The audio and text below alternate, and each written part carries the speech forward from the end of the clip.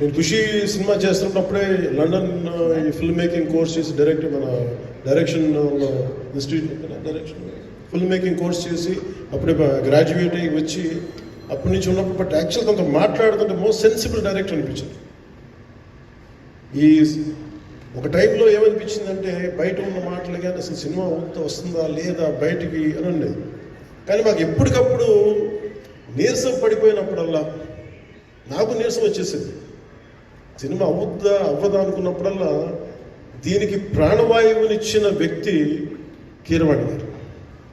ప్రతిసారి నేను వర్క్ చేసి నేను ఎందుకంటే సినిమా చివరి దాకా నేను నమ్మను. ఎప్పుడు నేను ఒక సినిమాని నేనేం నమ్ముతాను, చిన్నప్పుడు నేను నమ్మాను. వెరీ ఫార్మేటివ్ ఇయర్స్లో నుంచి కూడా ఒక మంచి సినిమా గురించి నువ్వు మాట్లాడక్కర్లేదు, రిలీజ్ అయింది బాగలేకపోతే ఎలాగ మాట్లాడక్కర్లేదు. అందుకే నేను ఎప్పుడు సినిమా క్వాలిటీ మీద దృష్టి పెడతాను తప్ప ఇంక మిగతా వాటి మాట్లాడను. అందుకే నాకు ఎప్పుడు మాట్లాడటం అనే దాని మీద ఎప్పుడు దృష్టి పెట్టలేదు. కానీ ఫస్ట్ టైం ఈ సినిమాకి చాలా అవసరం అనిపించింది. ఎందుకంటే ఒక నిర్మాతలు కనుమరుగవుతున్న ఈ సమయంలో ఒక బలమైన సినిమా తీసి ఒడిదుడుకుల్ని తట్టుకోగలిగి ఒక నిర్మాత కనుమరుగవ్వకూడదు.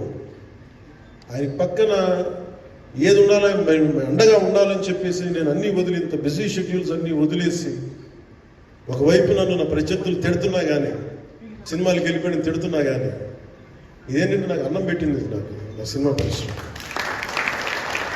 ఇక్కడ మిత్రులందరూ కూడా చాలామందికి నేను ఇండివిజువల్ ఇంటర్వ్యూస్ ఇచ్చాను. నేను చాలాసార్లు నాగేంద్ర కానీ మీరు కానీ చాలామందికి వీళ్ళందరూ చాలామందికి నేను వ్యక్తిగతంగా తెలుసు. కాకపోతే నాకు సినిమా అంటే నేను సినిమా గురించి ఎక్కువ చెప్పలేక ఎక్కువ మాట్లాడలేను. కానీ బట్ నాకు నిజంగా సినిమా మీద అపారమైన గౌరవం, సినిమా మీద అపారమైన ఆసక్తి, నాకు ప్రాణం వాయువు. Story telling is a necessity for all each and every individual. Cinema